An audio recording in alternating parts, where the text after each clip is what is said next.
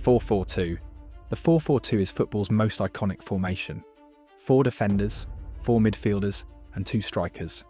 It dominated English football throughout the 1990s and early 2000s, with Sir Alex Ferguson's Manchester United using it to win multiple Premier League titles. What makes the 4-4-2 special is its perfect balance. The 4 defenders provide a solid back line. The 4 midfielders, 2 in the centre and 2 on the wings, control the middle of the park and provide width. And up front you have a partnership of 2 strikers who can play off each other. Think of legendary partnerships like Andy Cole and Dwight Yorke at Manchester United, or Alan Shearer and Chris Sutton at Blackburn Rovers. One striker would often drop deeper to link play, while the other stayed high to finish chances. The 4-4-2's weakness. Against teams with 3 central midfielders, the 2 in the middle can get overrun. That's why it's less common at the elite level today, though teams like Atletico Madrid under Diego Simeone still use variations of it effectively. The 5-3-2. When teams need extra defensive solidity, they often turn to the 5-3-2, 5 defenders, 3 midfielders, and 2 strikers. The key feature is the 3 central defenders who form a solid wall in front of the goalkeeper. The 2 outer defenders, called wing-backs, have the crucial job of providing width in attack while dropping back to form a 5-man defence when the team loses possession. It's exhausting work. They need incredible stamina to sprint up and down the touchline for 90 minutes. Antonio Conte is the modern master of this formation, using it to win league titles with Chelsea and Inter Milan. The 5-3-2 is perfect for teams that want to defend deep and counter-attack with speed. The 4-3-3. The 4-3-3 is all about attack. 4 defenders, 3 midfielders, and 3 forwards.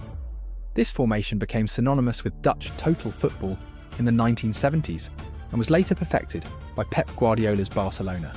The 4-3-3 allows teams to dominate possession with 3 central midfielders controlling the game.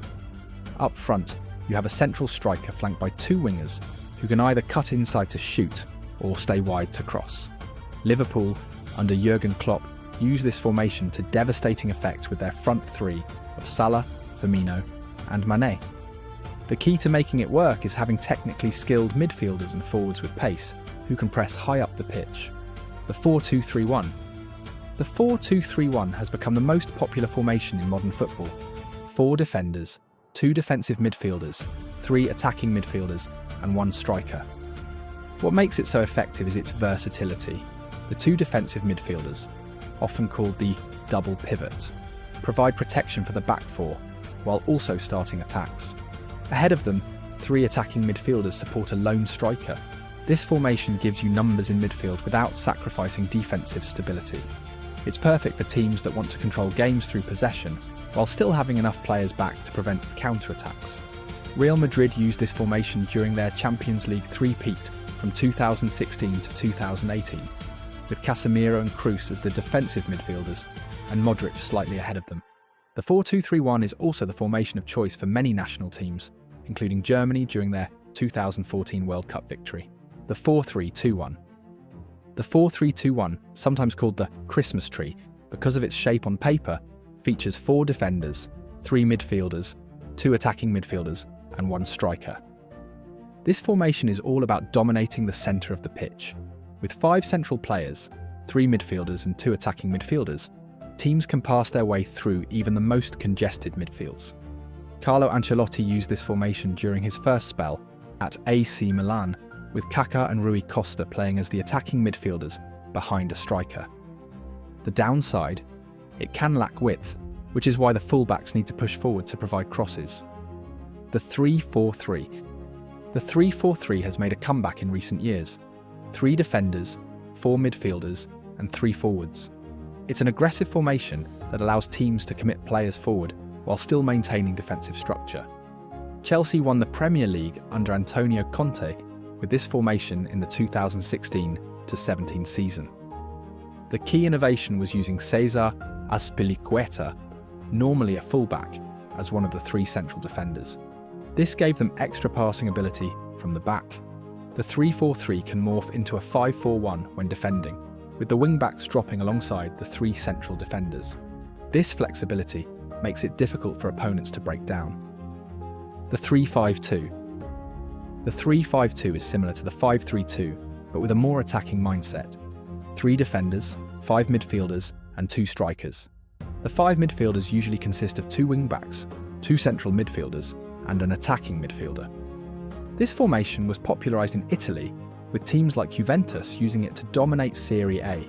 The extra man in midfield compared to the 3-4-3 gives more control in the centre of the pitch.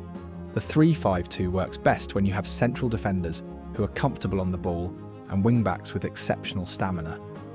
It can struggle against teams that attack down the wings, as the wing-backs can get caught upfield. The 2-3-5. The 2-3-5, known as the pyramid, was one of football's earliest formations. 2 defenders, 3 midfielders, and 5 forwards. It dominated the game from the 1880s to the 1930s, when football was primarily about attacking. In this formation, the 2 defenders would stay back while everyone else pushed forward. The 5 forwards would spread across the pitch, creating numerous passing options and overwhelming defences with sheer numbers. The 2-3-5 fell out of favour as teams developed more sophisticated defensive strategies, but elements of it can still be seen in how some modern teams push forward and attack, particularly Manchester City under Pep Guardiola, who often creates a 2-3-5 shape when in possession. The 4-1-4-1. The 4-1-4-1 features 4 defenders, 1 defensive midfielder, 4 attacking midfielders, and 1 striker. The key to this formation is the single defensive midfielder who shields the back 4. This player, think N'Golo Kante at Chelsea or Sergio Busquets at Barcelona, needs exceptional positioning, tackling ability, and game intelligence. They're the defensive anchor that allows the 4 midfielders ahead of them to focus on creating chances. Bayern Munich used this formation effectively under Pep Guardiola, with Xabi Alonso as the defensive midfielder. It provides excellent defensive coverage, while still allowing for creativity in attack. The 4-4-1-1. The 4-4-1-1 is a variation of the 4-4-2, with one of the strikers dropping deeper into a number 10 role. 4 defenders, 4 midfielders, 1 attacking midfielder and 1 striker. This formation creates a link between midfield and attack through the deeper striker, who can turn and play passes to the main striker or the wingers.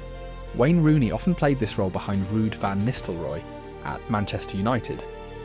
The 4-4-1-1 offers more midfield control than a traditional 4-4-2, while still maintaining its defensive solidity.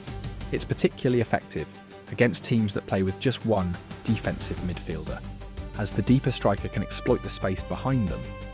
Modern football has moved beyond rigid formations.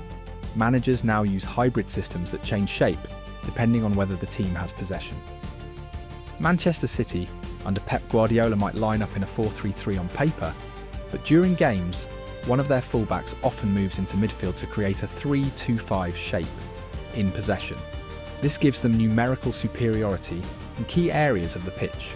Then there's the concept of the false 9, a striker who drops deep into midfield rather than staying high up the pitch. Lionel Messi perfected this role under Guardiola at Barcelona, creating confusion among defenders who didn't know whether to follow him into midfield or stay in position. Another innovation is the inverted wing-back, a full-back who moves into central midfield rather than staying wide. Pep Guardiola has used this tactic with players like Philipp Lahm at Bayern Munich and João Cancelo at Manchester City. There's no perfect formation in football. Each has strengths and weaknesses, and the best managers adapt their tactics based on their players' strengths and the opposition. José Mourinho won the Champions League with Inter Milan using a defensive 4-3-3. Pep Guardiola dominated with Barcelona using a possession-based 4-3-3. Both were successful, despite using the same formation in completely different ways. What matters most isn't the formation itself, but how well the players understand their roles within it. The best teams can seamlessly switch between multiple formations during a single match, making them unpredictable and difficult to play against. Which formation do you think is the most difficult or easiest to play? Let me know in the comments below. If you enjoyed learning about football formations, hit subscribe for more Football Explainer videos. Thanks for watching, and I will see you in the next one.